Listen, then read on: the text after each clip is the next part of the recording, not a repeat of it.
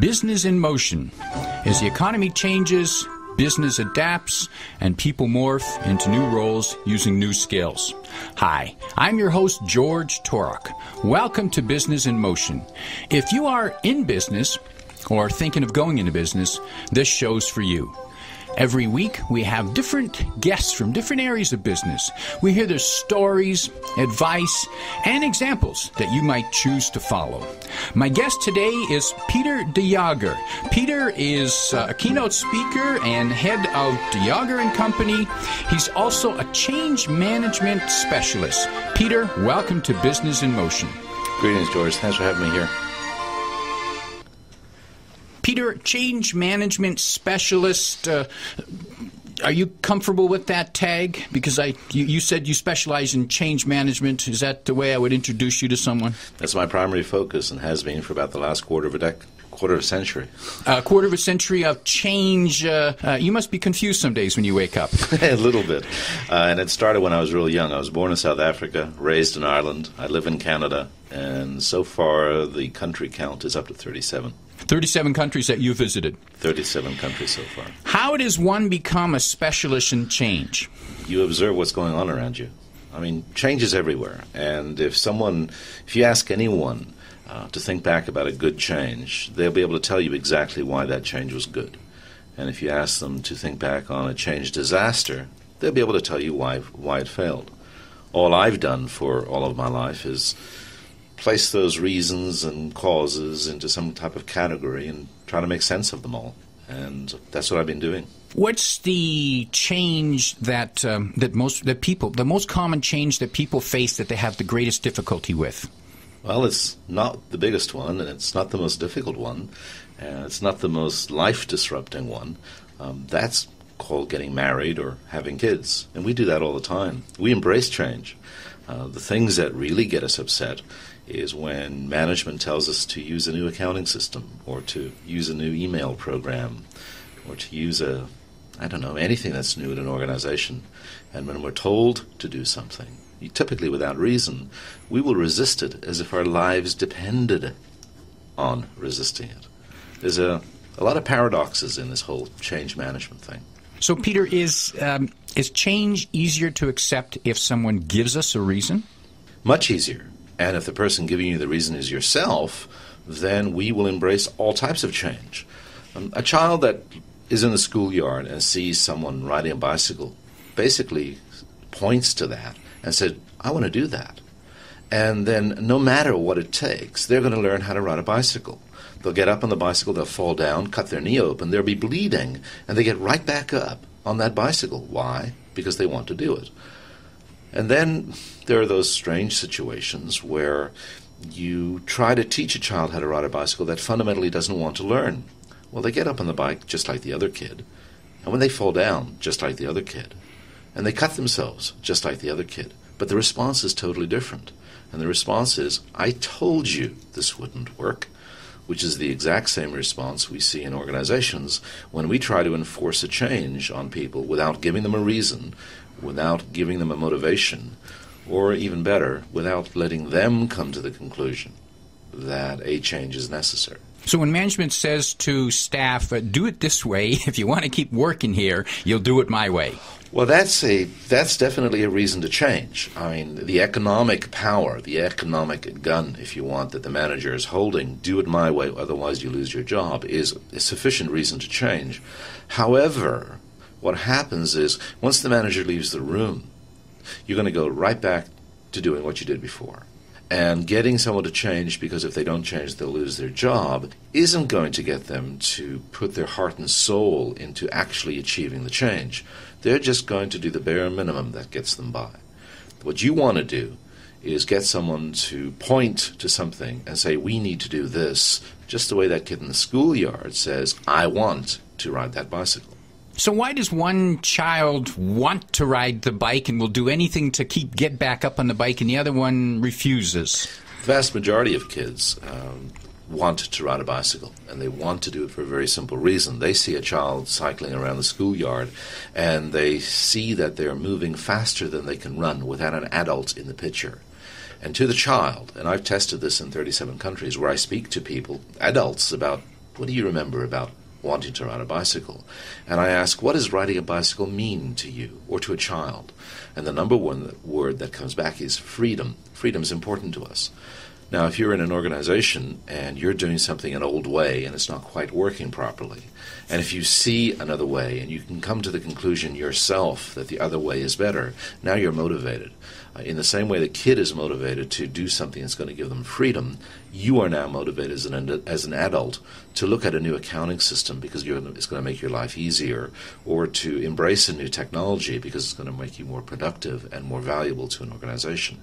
If the reason is ours, there's practically nothing that can stop us from changing.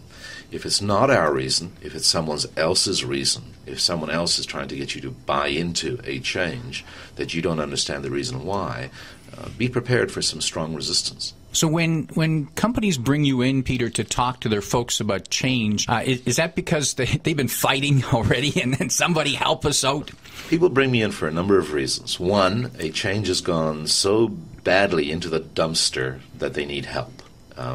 That's the typical one, to be honest, sadly. You get called in when the person is in the hole, and the first piece of advice is always step away from the shovel and stop digging for a moment. Other people bring me in because they have a major change coming along, and they want to know what to expect. Because to most people who haven't thought through the process, change is chaos, change is pain, change hurts. And that's the depth of their knowledge about it. But they know there's more to it because other organizations are able to bring change about much more effectively. And then there are organizations who bring me in and say, okay, we have a problem. We have a certain type of resistance or an obstacle to overcome. We'd like you to come in and help people understand not so much how to overcome the problem, but to understand where the problem is coming from. In other words, what's the source of the problem? We don't want to beat the problem down into the dirt, but what we want to do is find out where is it coming from, and maybe we can make a correction up the line so that it doesn't happen in future, and maybe we can make this one a little bit better. So would companies have less problems if they just kept everything the same, just status quo, just keep on doing same old, same old? Well, no, because unfortunately we live in a world that's changing. Price of gas, new political systems, new regimes. No matter what we do, the world around us is changing. So in some sense, we have to change. But the reality is the notion that all change is good is nonsense. The notion that any change must be embraced is also nonsense. The challenge is, out of all the many, many, many changes that are facing organizations, we have to resist at least 99% of them, just to pull a number out of the air. And then we have to embrace the 1% that is going to give us the optimal payback for the resources and investment involved. So if we're supposed to resist 99% of the change, number one, how did we decide what is the 1% change that we should embrace? That's the challenge. And what you have to do is have some logical structure for looking at a change and asking, is this what we want to do? Now, there are some ways to do that. If you go into an organization and ask, what are your core values? What are the things that you value most? And if you have a coherency of thought, in other words, if everybody sort of agrees that these three things are the things that we value most in the organization, then when you are faced with a change, you are able to ask a very, very important question. Is the change that we're looking at something that's going to reinforce and support those three core values, or are they going to erode them? And then, when you decide that they will support those three core values, then you are more willing to change the stuff around it. There's a quote by a guy by the name of Giuseppe Lapendusa. He's a contemporary of Machiavelli. And the quote is brilliant. It says, if things are going to remain the same around here, then things are going to have to change. And what he's talking about is if the core values of your organization are to remain the same, remain strong, remain vital to your growth, then you have to be willing to change the things that don't matter. And in any organization, there are lots of things that we do. That some of them are traditional, some of the things we've done all the time that need changing. But there's that core value that must remain strong. And that's one of the ways that you can provide a filter against what changes we should resist and what we should embrace. Peter, when you work with organizations, do you find some models or sectors even that deal with change better than others? For example, government versus IT versus healthcare versus manufacturing. What do you see? Most organizations think that they have it worst. But in my experience, after many years at doing this, there are two real snake pits when it comes to change. One are universities. We're at McMaster University. One of them is universities, and the reason is because you have so many different constituencies inside a university.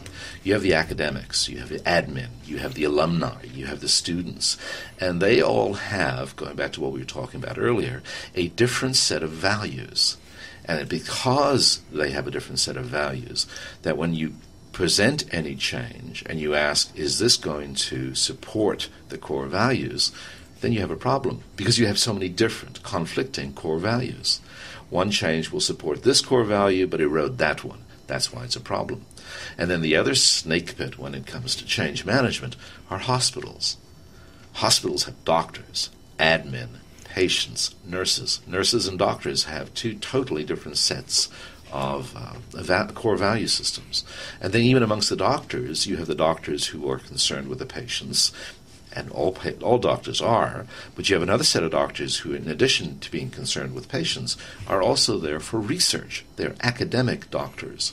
And because of, again, this variety of constituencies, again with differing core values, it becomes very, very difficult to bring change about in those two environments. A typical organization is not that difficult. A typical business, you have one or two or three different sets of constituencies. Not so in universities and hospitals. So those snake pits of change, universities and hospitals, they tend to be resistant and slow to change because of the different core values of the groups, the stakeholders? As a whole, they are more resistant to change. But in actuality, what's happening is that one particular constituency will be all gung-ho for a change, and the other three or four will be against it. In other words, there are different parts of the same body playing off against each other, and that's where the difficulties, that's where the complexity comes in. Because ideally, the change that is easy to bring about in those environments is supporting all the different core value systems, which rarely happens. So it sounds like the ideal change organization is a dictatorship. Do it my way. It works to a degree, but it's not sustainable. And one of the big challenges in change management is how do we bring change about so that it is sustainable? In other words, that when we take the pressure off, it continues. I do a very simple experiment when I'm giving a presentation or a workshop. I have half the room get up and move to the other side of the room, and I have the other half move to the other side of the room. And then I talk for about 5 minutes. I babble on for 5 minutes about what was that like, and is the other side of the room better, and is the seat hotter or colder. And then I sort of indicate that this session is over, this little exercise is over, and I turn my back on the audience to flip a chart up that I've prepared. Now, all of this has been staged because the real experiment happens when I turn my back. What do you think happens when I turn my back on the audience? You turn your back on the audience, do they talk among themselves? No. They all get back up and go back to where they were sitting a few minutes ago. They go back to their places. Exactly. Now, there's no logical reason for them to do that. The seat is the same. They've brought their stuff with them. They sort of got into those seats randomly when they walked into the room. But the very fact that they were there for a while has established a little bit of a status quo that they will revert to fundamentally because it wasn't their reason, it wasn't their desire to change in the first place. So the moment I take the pressure off, people go back. That change is not sustainable. On the other hand, every now and then, giving a presentation, there'll be someone sitting next to a radiator or next to in a sunny spot, and maybe it's too bright or it's too warm. And in the middle of my presentation, they'll get up and move to the other side of the room. That person will not move back. Why? Well, it was their decision to move in the first place. That's what sustainability is all about. If you can make it their decision to change, it is very unlikely they fall back. If it's your decision to change and you force them through threat to change, do it my way or the highway, then the chances are very good at the earliest opportunity they will move back to where they were before you applied the pressure. You're listening to Business in Motion on 93.3 CFMU. I'm your host, George Torok. You can find Business in Motion on the web at businessinmotion.ca. Business in Motion, one word, .ca for Canada. While you're there, you can also click over to our blog. You can read more comments and insights from business leaders, and you can add your own comments. My guest today is Peter de Jager. He's a change specialist, a change agent. He's just a creator of change, an artist of change. Peter, you were born in South Africa. You grew up in Ireland. You moved to Canada. That influence on your life, did that play a big part into what you do now? It's a huge part, because as I moved from country to country, I went through emotional responses to those things. And it wasn't until I got older that I tried to understand what was going on. And then I meet people who haven't gone through those changes, and they have a totally different perspective on the world and on change than I do. And it's those differences that, focus your attention on. Well, why are the differences there, and what caused them, and what promote them, and why do they cause us problems sometimes? Peter, I know people listen to you. You have granted over 2,000 media interviews during your career. You've visited 37 countries. You've spoken to some pretty prestigious audiences, including the World Economic Forum, correct, and the CIA. Yes. I'm curious, what scared you about speaking to the CIA? The CIA was a fascinating audience. Any conference you've ever gone to, people have name badges. Well, they had name badges as well at the CIA, with only one small difference. No names were on the name badges. They were just blank badges? They were badges that said conference, and whatever the conference was, I can't remember. But they didn't have their names on them. And then, of course, there were the really sinister people at the back of the room who didn't even have a name badge. When you're working with organizations, and an organization calls you to come in and says, Peter, I think you can help us. Right. What's the first one or two questions that you have for them so that you can decide if you really can help them? It varies a little bit from organization to organization based upon the initial, contact. But the first question is quite often, what do you think I can do for you? And it's a peculiar question because there's an expectation that consultants are the ones who decide that. And that's not the case. It's the client hiring you that has an expectation. They're calling you in for a reason, and you have to identify what that reason is first, what they think you can do. And that's going to tell you a lot about the assignment, including whether or not you should take the assignment. When do you say, no, I can't help you? When it's obvious that I'm being brought in not to help explain what change is, but to try and convince people to adopt a particular change. See, that's not my role in life. My role in life is to help people understand change, and help people understand why we resist it, so that they can take the preventative measures so that it'll go smoother in the beginning. No one hires me. I won't let them hire me to come in to help convince people that they should use product XYZ. That's not my job.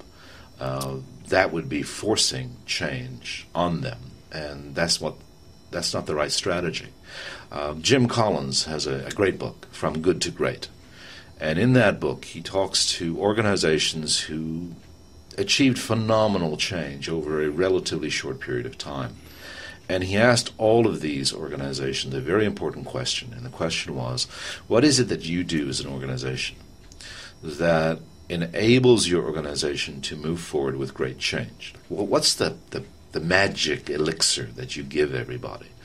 And the response from all of these organizations, practically verbatim, was, go to your people with questions, not answers. By asking questions, you engage people. Engaging people is not difficult. Ask anyone a question, they immediately start thinking of answers. Go to someone with an answer to a question they haven't even asked yet, and they are immediately going to get defensive. Fundamentally, we do not resist change. We resist being changed, which is interesting when you consider what the role of a typical change agent is in most organizations. The role of a change agent is to change you, and that's the one thing we don't like. So when a person walks in and says, I'm a change agent, I'm here to change you, the person goes into a defensive posture immediately. And if you're a Star Trek fan, it's shields up as your first initial response. And it's a first defensive response because you've already stated your mission is to change them, and we don't like that. Peter, who do you look to as the epitome of great change organizations or individuals? I tend not to focus on organizations as good examples of change, but I do tend to... Is that because they aren't? That because it changes from one fiscal year to the next. A company that was great this year under particular leadership is not great next year under the next leadership. I tend to look to individuals such as Mahatma Gandhi, who says some very simple things like, be the change you wish to see in the world. Now, to me, that's very, very important. When I give a change management session, typically there'll be someone in the audience who comes up to me later and complains and says, Peter, this is great, but management should be here. In other words, they should be here because they are the problem. And if it happens to be a manager, they'll say, this is great, but my staff should be here because they're the problem. The best situations where everybody's in the room. And the reality in any organization is it doesn't matter what the organization does with respect to change. You, as an individual, have the ability, the authority, and the control of your own sphere of influence. And if you're supervising people, it is possible for you to supervise them in such a way that change is brought about fairly, honestly, with integrity, and even following the golden rule of change. Peter, so if an organization is going to implement change, they're changing the way they're doing the accounting or the computer system or even just the customer service, what 3 things should they make sure they get right? First, don't think of the solution before you get agreement on the problem. We try to get buy-in to solutions to problems, and that's not what we should be getting buy-in to. The first thing we have to get buy-in to is, what's the problem? What happens if we don't change? I mean, those are the 2 first questions. Why is this an issue? What happens if we don't change? And if you can get people agreeing that if we don't change, we end up in a place we don't want to be, then you're primed to ask them a question. Well, what do you think we should do? And the reality is, again, when you ask people that question, the majority of people will be able to answer it. Now, every now and then there won't be. Every now and then there'll be someone who says, well, I don't know. And then there's a neat little Jedi mind trick that you can use with those individuals. Next time someone says, I don't know what to do, reach over to them, touch them lightly on the arm, and say with all sincerity, I know you don't know, but if you did know, what would you do? And miracle of miracles, 9 out of 10 times they say, well, in that case, we could try this. And the reason you want everybody to give an answer to the question, what do you think we should do, once they've agreed that we have to do something, is so that they have a piece of skin in the game, that they have an involvement in the change, that they haven't yet decided what they're going to do. They've just decided that a change is necessary. That's the first step. The big mistake we make is that we decide that a change is necessary, and then we go tell people. And we have that big meeting, the one where everybody's in the room, and we go, we're going to be bringing a change about blah, blah, blah, benefit, benefit, benefit, yada, yada, yada. And at the end, we ask the question, are there any questions or concerns about this change, what we've just announced? And there'll be dead silence in the room. And the reality is there's dead silence because everybody's sitting there going, Miranda, I have the right to remain silent. Anything I say can and will be used against me in my next performance evaluation. Because somewhere along the line, in our organizations, we've lost the right to ask why.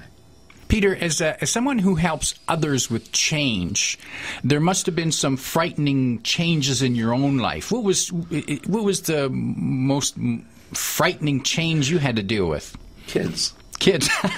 Getting married for me wasn't a problem. Getting married wasn't that big a deal. I'd been going out with my lady for about 6 years. I knew her well. She knew me well. It was the best thing I ever did, worst thing she ever did, but she's getting over that. We've been married 30 years now. But our lives didn't really change. It was having kids come along into the picture, and then everything changes because your responsibilities are now immediately different, and they're different forever. Everything you do now, in my opinion, is now focused towards their health and well-being, and my needs come secondary. So that changes everything. That was the most frightening. They are now 23 and 25. They're well-adjusted, so I did something. Well, maybe my wife did more of the something right than I did, but we seem to have come through, weathered that storm quite nicely. You mentioned 30-odd years married. What else for someone who's been involved in so much change, what other rocks are there in your life, the constants that Peter de Jager simply won't change? The constants I won't change. I'm never late. I'm an obsessive compulsive about being on time, which means I spend a tremendous amount of time in airports. If it were not for frequent flyers, there would be no such thing as bestsellers. I can't get over the fact, I can't change the fact that I will always be 1 hour early, and that drives my family nuts. But that's the thing that I don't change, and I'm not going to change. So that change is one of those 99% things that you simply won't refuse to change. I absolutely refuse to shift that and be late for a meeting. How do you tell someone to approach a frightening change? Whatever it might be. It might be children. It might be a career change. How do you tell them? What do you tell them to do to get focused? Well,